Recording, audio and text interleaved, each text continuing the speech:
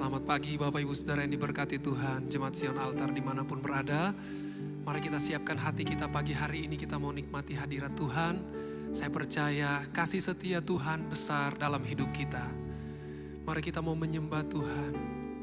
Haleluya Yesus. Terima kasih Tuhan. Terima kasih Tuhan. Engkau baik bagi kami Tuhan. Terima kasih buat anugerah-Mu dan kasih setia-Mu bagi kami.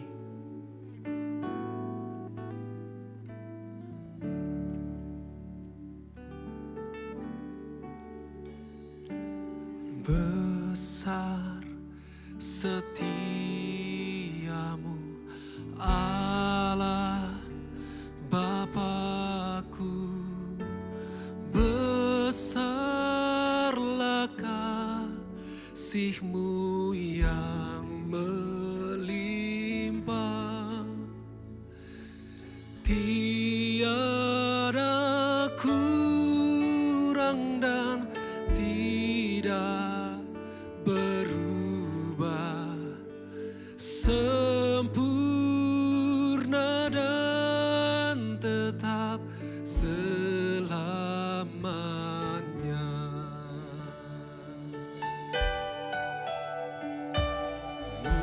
Musim pun berganti, musim apapun, hari pun berganti hari baru. Alam semesta dan semua ciptaan-Mu menyaksikan kasih setia-Mu.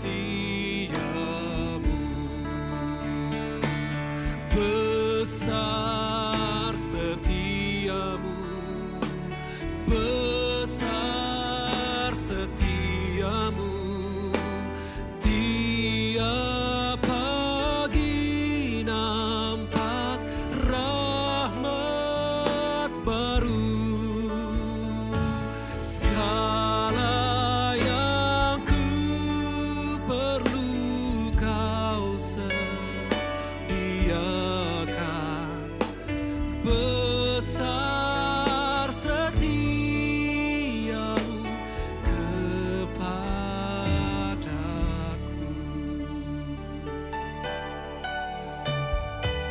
Musim pun berganti, musim apapun, hari pun berganti hari baru. Alam semesta dan semua ciptaan-Mu menyaksikan kasih setia-Mu. Besar setia-Mu, besar setia-Mu, tiap pagi nampak rahmat baru. Segala yang ku perlu Kau sediakan. Besar setia-Mu kepadaku.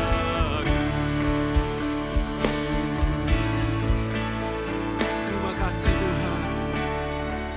Terima kasih buat rahmat-Mu yang selalu baru bagi kami Tuhan. Haleluya. Oh, kami bersyukur.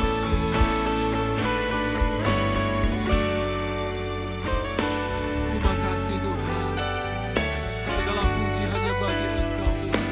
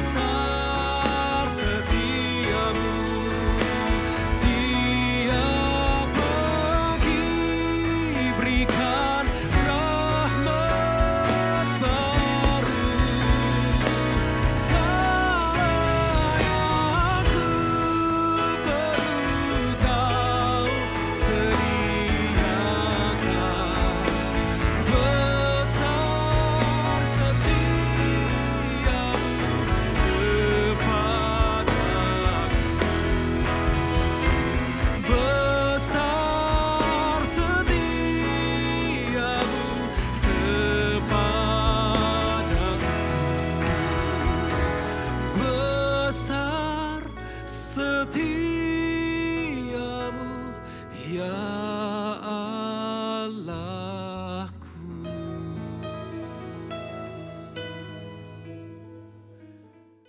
Selamat pagi Bapak Ibu Saudara yang dikasihi Tuhan. Pagi ini kita akan membahas tentang berbalik kepada Allah dan diperbaharui. Nah, kita sering mendengar istilah ini ketika orang bertobat. Nah, apakah berbalik kepada Allah itu hanya tidak melakukan lagi apa yang sudah kita lakukan kemarin-kemarin, dosa-dosa itu, saudara? Nah, berbalik itu kan artinya berganti arah ya, saudara-saudara. Nah, setelah berganti arah tentunya kita tidak berhenti di situ, tapi kita mulai berjalan menuju arah yang baru. Berarti ada hal-hal berikutnya yang harus kita lakukan. Nah, mari kita belajar pada Raja Asa dan anaknya yaitu Raja Yosafat. Dan mereka membawa kerajaan Yehuda ini berbalik kepada Allah. Setelah beberapa waktu lamanya bangsa ini jatuh ke dalam dosa. Jatuh dalam dosa penyembahan berhala. Nah, ada pembaharuan-pembaharuan yang mereka lakukan. Apa saja pembaharuan itu yang mereka lakukan yang tentunya akan kita pelajari dan kita lakukan juga dalam kehidupan kita. Yang pertama, ini pembaharuan yang dilakukan oleh Raja Asa. Ada dua pembaharuan yang dilakukan oleh Raja Asa. Yang pertama yaitu membersihkan Yehuda dari segala kenajisan. Nah, mereka menghancurkan dan menyingkirkan semua dewa-dewa yang sebelumnya disembah oleh bangsa Yehuda. Ada Asytoret, ada Asyerah, ada Baal. Nah, itu dihancurkan semua. Kita bisa membacanya di 2 Tawarik 15 ayat 8 dan 16. Nah, jadi keadaan Yehuda yang banyak dewa-dewanya itu diperbaharui, dibersihkan. Nah, mungkin kita tidak menyembah patung, kita tidak menyembah berhala, saudara. Tapi kan banyak hal yang bisa mengikat kita dan menjauhkan kita dari Allah. Misalnya, terikat pada dalam hal cinta akan uang, ya mengabdi kepada mamon ya. Kemudian punya kebiasaan bergosip. Nah, bergosip itu kan menghasut dan menebar kebencian kepada orang yang digosipin itu, saudara. Makanya harus dilepaskan ya. Atau punya kebiasaan mengumpat atau bercanda atau bicara-bicara yang jorok, yang kotor. Atau ada orang yang suka berbohong, ya sudah terbiasa berbohong kepada semua, kepada pasangan, keluarga, semua orang dibohongi. Atau ada orang-orang yang percaya zodiak, percaya ramalan, percaya mitos, itu juga harus dilepaskan. Atau orang yang terikat pada pornografi atau melihat gambar-gambar yang seram, itu semua kan harus dilepaskan. Banyak hal yang bisa mengikat kita, saudara-saudara. Nggak hanya satu. Nah, kalau kita misalkan kita bertobat, kemarin-kemarin nggak jujur dalam hal keuangan dan kemudian bertobat, sekarang mulai jujur dalam hal keuangan, maka yang dibereskan bukan hanya kejujuran masalah keuangan, tapi harus diselidiki. Ada ikatan apa saja dalam diri kita.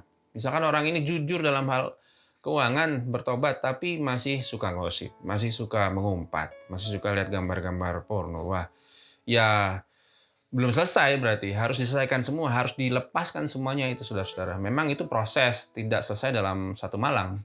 Perlu komitmen ya, saudara. Itu sebabnya dalam Mazmur 26 ayat 2, Daud berkata, berdoa pada Tuhan, ujilah aku ya Tuhan, dan cobalah aku. Selidikilah batinku dan hatiku. Maksudnya, selidiki batinku Tuhan, kalau ada hal-hal yang mengikat, ikatan dosa yang belum disadari, Tuhan nyatakan supaya segera sadar dan bertobat meninggalkannya. Gitu, saudara. Harus dibersihkan semuanya, saudara. Nah, kemudian pembaruan yang kedua yang dilakukan Raja Yosafat adalah, Raja Asa maksud saya, itu memperbaharui mesbah Tuhan. Kita baca 2 Tawarik 15 ayat 8b. Ia memperbaharui mesbah Tuhan yang ada di depan balai bait suci Tuhan. Memang biasanya orang kalau terikat dosa, ya pasti dia tidak menyembah Tuhan. Tidak bisa, saudara. Nggak mungkin kita terikat dosa kemudian kita menyembah Tuhan sambil nangis-nangis gitu. Ya kemungkinannya itu adalah penyembahan yang palsu supaya dilihat orang bahwa dia sangat rohani untuk menutupi dosa-dosanya itu. Atau mungkin dia sedang mengalami gangguan kepribadian sehingga dia tidak menyadari bahwa dia sedang terikat dosa. Nah, itu harus dibereskan, saudara-saudara. Nah, jangan hanya menyadari kesalahan, tapi mari kita memperbaiki hubungan kita dengan Allah. Ya, saudara, perbaikinya lewat penyembahan. Makanya kita harus memperbaharui mesbah penyembahan kita kepada Allah. Nah, setelah memperbaharui mesbah, bangsa Yehuda itu membuat perjanjian dengan Allah bahwa mereka akan mencari Tuhan dengan segenap hati dan jiwa. Dengan tekad yang bulat mereka senantiasa mencari Tuhan. Berarti kan nggak hanya sekali dua kali menyembahnya, tapi konsisten membangun hubungan dengan Tuhan. Nah, Daniel 6 ayat 11 mengatakan Daniel itu punya kebiasaan menyembah 3 kali sehari menghadap Yerusalem karena di sana ada bait Allah. Itu kiblatnya orang Yahudi kalau berdoa, saudara. Nah, maka kita perbaiki hubungan dengan Allah dan terus membangun hubungan dengan Tuhan setelah kita meninggalkan dosa-dosa itu, kita sadar akan kesalahan kita ya. Nah, kemudian pembaharuan yang ketiga ini dilakukan oleh Raja Yosafat, anaknya Raja Asa. Nah, Raja Yosafat melakukan apa yang dilakukan ayahnya, yaitu dengan tekun mengikuti kehendak Allah. Itu dicatat di 2 Tawarik 17 ayat 6 dan pasal 19 ayat 3. Nah, tapi ada satu pembaharuan lagi yang dia lakukan, yaitu kita baca di 2 Tawarik 17 ayat 7 dan 9. Pada tahun ketiga pemerintahannya, ia mengutus beberapa pembesarnya, yakni Ben-Hail, Obaja, Zakaria, Netanel, dan Mika untuk mengajar di kota-kota Yehuda. Mereka memberikan pelajaran di Yehuda dengan membawa kitab Taurat Tuhan. Mereka mengelilingi semua kota di Yehuda sambil mengajar rakyat. Jadi setelah dibersihkan dari segala ikatan dosa, kemudian memperbaharui mezbah menyembah, ya, memperbaiki hubungan dengan Tuhan. Dan ketiga adalah pikiran yang dibaharui, saudara. Rakyat Yehuda dibaharui pikiran dengan firman Allah. Kita juga begitu. Ini sejalan dengan Roma 12 ayat 2. Paulus mengatakan, berubahlah oleh pembaharuan budimu, sehingga kamu dapat membedakan manakah kehendak Allah. Nah, kita memang harus senantiasa memperbaharui pikiran kita dengan firman Allah, supaya kita mengerti kehendak Allah, saudara. Kalau kita ngerti kehendak Allah, ya kita nggak jatuh lagi dalam dosa, saudara. Kita bisa hidup sesuai dengan firman Allah. Karena kita tahu mana yang benar, saudara. Ya. Nah, kalau kita tidak memperbaharui pikiran kita dengan firman Allah, maka kita ini seperti rumah yang sudah bersih rapi, tapi kosong. Nah, itu dicatat di perumpamaan ya, di Matius 12 ayat 43-45. Ini perumpamaan yang dikatakan Tuhan Yesus. Ya, kita seperti rumah kosong tadi itu, maka roh jahat yang tadinya sudah pergi, maka datang lagi. Oh, udah bersih. Tapi kosong. Ya, masuk lagi bersama 7 roh lain yang lebih jahat. Akhirnya kondisinya lebih buruk lagi, saudara. Nah, jadi kalau kita sungguh-sungguh berbalik kepada Allah, kita bertobat ya, maka kita harus lakukan 3 hal ini, pembaharuan ini. Jangan lewatkan satupun. Yang pertama, kita memperbaharui kehidupan kita, kondisi kehidupan kita dengan membersihkan diri dari segala kenajisan, dari segala ikatan dosa. Yang kedua, memperbaharui mezbah penyembahan, ya, memperbaharui mezbah penyembahan kepada Tuhan. Itu maksudnya memperbaiki hubungan kita dengan Tuhan dan membangun hubungan kembali dengan Tuhan. Kemudian yang ketiga, memperbaharui pikiran kita dengan firman Allah supaya kita mengerti kehendak Allah. Ya, kiranya renungan kita pada pagi hari ini boleh memberkati kita semua sehingga kita bisa senantiasa hidup dalam pertobatan dan hidup kita bisa berkenan kepada Allah. Mari kita berdoa. Tuhan, terima kasih untuk firman-Mu pada pagi hari ini. Tuhan, tanamkan pada hati kami, Tuhan tuntun, Allah Roh Kudus mampukan kami, perbaharui kami Tuhan, lepaskan kami dari segala ikatan dosa, supaya kami memperbaharui penyembahan kami, mezbah penyembahan kami kepadamu, dan memperbaharui pikiran kami senantiasa dengan firman-Mu. Terima kasih Tuhan. Terima kasih kami terima firman-Mu, dan kami lakukan dalam kehidupan kami, dalam nama Tuhan Yesus Kristus. Haleluya. Amin. Tuhan Yesus memberkati. Besar setiamu, besar setiamu.